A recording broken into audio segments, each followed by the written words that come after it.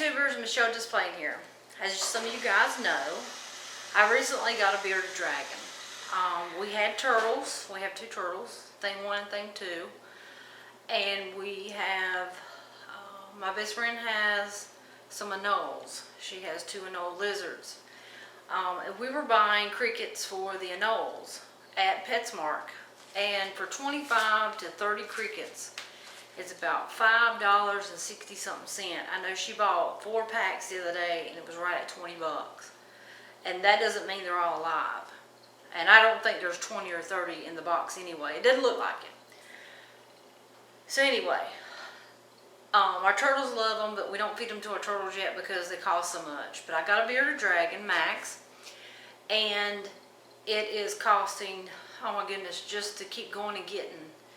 We live on the outskirts of town, so just to go to PetSmart one way or go to the other PetSmart, it's just gas, and actually buying the crickets is just ridiculous.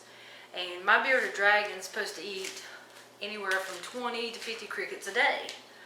So her nose eats crickets every other day or something. She puts just a few in there, so I'm like, well, you know what? I'm going to save money and I'm going to see if I can raise crickets myself. So I've done a lot of research. And I'm going to build cricket cages today. So I'm going to take you guys along with me and show you what I'm doing. I'll try not to make this video too long, but for you guys that are really interested in making your own cricket cages, you guys might want to watch the whole thing. Basically, I bought some live crickets, and you can hear them chirping. So you guys get ready, and I'm going to show you guys what you need. Okay guys, I'm doing a rundown of what you're going to need. I bought my crickets early, but that's because I have animals that need them now. So I wouldn't buy my crickets until I got my cages set up, then go get the crickets. Because they don't need to be staying in the little container.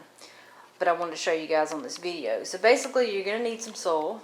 I just got regular garden soil because it stays moist longer. Don't get topsoil or just dirt, like some people say, because you need that moisture for the eggs to hatch.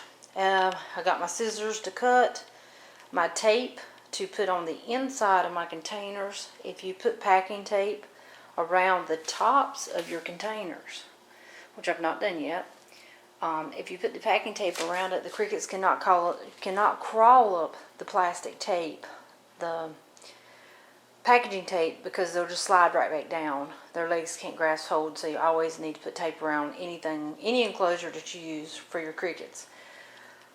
I've got my egg bins. I bought 4 of those, and I've got my rubber bands to put my screen wire around the top of my cricket egg bins, because if you don't, the crickets will eat the eggs and you won't have any crickets. These little long piped cardboard, I'm going to cut in pieces. Save your paper towel cardboard holders, save your toilet paper holders. They love to go inside of those and hide. They like it. They feel comfortable. It keeps them calm, and they can mate better and make more eggs. I have my screen wire, which is the long one. It's aluminum that I'm going to put on my lids. The lids are right back there. I've got to cut them out. And I'm going to put the aluminum on the tops, so it's just big enough that they can't get through. I have my mesh, and it's just plastic like screen wire, so that I can put around the tops of my worm beds. I say worm beds because I've got worms too that I raise, but my cricket beds. You're going to need a heat lamp. I took this one from my bearded dragon to show you guys. You do not have to have a UV bulb, one of those special bulbs. That's what that is, but you can use just a regular 60 watt, or it needs to be about 80 degrees for these guys to hatch and for the crickets to be comfortable and mate and everything. It's about 80 degrees. So if you get a 60 degree bulb plus just the room temperature, you should be good to go. And a glue gun, so that I can, once I cut the tops of my containers out, I can glue the aluminum screen to the tops so that I can set my heat lamps so it holds the heat in and they can't crawl out. Because sometimes they will jump. They got little legs and they can jump, so they can get out of places. You know, every once in a while they could probably jump and attach to that screen, but they could get out if it's not small enough. So I'll let you guys, I guess, let me get started. Okay guys, so basically what I've done is I have taken my box cutter and I have cut right around the top of a container. So basically this was in the top of this. Got wet somehow, but I basically cut it out like that. Then I took my wire and I cut I measured it and I laid it out, measured it, and cut around. So basically what I'm going to do now is I have my hot glue gun over here. I have a plate so that it, you know, just in case some kids are watching this, I want to do this too.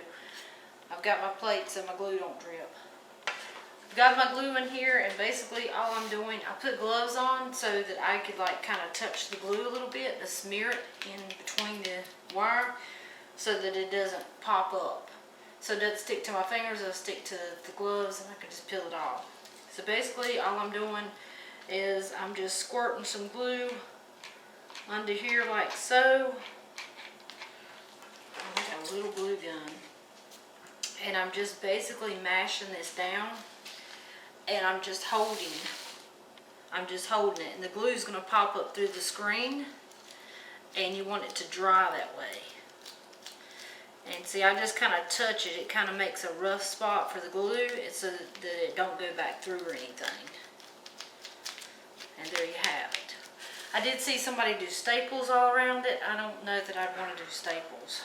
But I'm just going to hot glue this whole thing around just like this so that they can't jump out. And it's going to look like this. It's going to be a screen on top of the cage. So let me get finished up with this one. I already did one. I've got glue all the way around. They can't get through the glue. I've sealed all the entrances.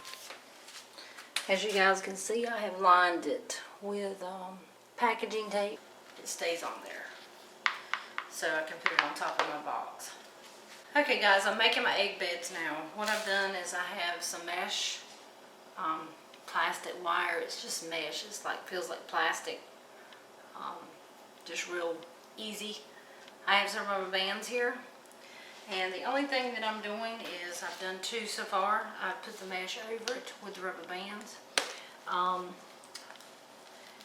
You want to make sure that it's tight, because you don't want, you can, you know, take this off and on real easy, but there's 2 done. Basically all I'm doing is I'm taking this and putting it over the top. I've filled it up with dirt, potting soil, because it stays moisture a lot longer. And this is so that the female can shoot her eggs down into here and she can't eat the eggs, because they will go back and eat the eggs and then you won't get any crickets. So basically all I'm doing is this right here.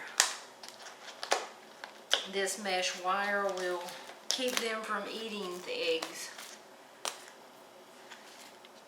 And I'll do one more to show you guys. But I've filled it up with dirt to make sure when she lays the eggs she gets to the dirt. You want to make sure that your dirt is moist all the way to the bottom, because the eggs sometimes travel to the bottom. You'll make sure that it's really moist. Don't just wet the top and not the bottom. So you want to run it under the faucet for a few seconds. Make sure it's real wet. And you want to spray your egg beds 3 or 4 times a day with moisture. You want to keep these moist so the eggs will hatch. But there's the egg bed so far. So I will run water in those and get you a spray bottle and make sure that the egg beds stay moist. And make sure you put your screen over it so that they don't eat the eggs. Okay guys, here's the final product. Here I've got the crickets in there. They're all a little hidden right now, but you can see a few running around. go. I can hear them inside. The females are already over here getting ready to lay. Yep, they're all inside them tubes hiding right now. There's the food, just put them a little bit of food. You can hear them, they're happy. This is the food I use. It's Orange Cubes by Flukers. It's food, this camera. Food, water, and vitamins all in once. Put some of that. You can put apples, oranges, fruit in there, and they like that. Cornmeal, oats. So there you have, guys. That's the final product. So hopefully, and I've got a second one. I'm not setting it up yet. I'm going to wait till my babies come out. Got one little guy already trying to climb, but he can't get past that tape. So, good thing. Okay, guys, this is just a little storage room. And it's about 80 degrees in here. It's got our air conditioning unit, hot water heater on our 3rd floor.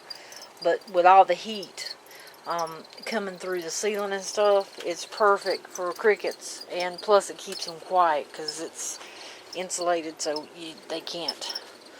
So anyway, I wanted to show you guys. Look at all those females on top of there. If you can see right here, that one female. If my camera, if you can see, let me find one of those ones with the really long spikes. That is the females. Let's see if I can find one. If you'll look right here, there's one. She's moved now, but they're sticking their butt ends in there and they're laying their eggs. And the males are trying to get to the eggs so they can eat them. But so far, it's working out good.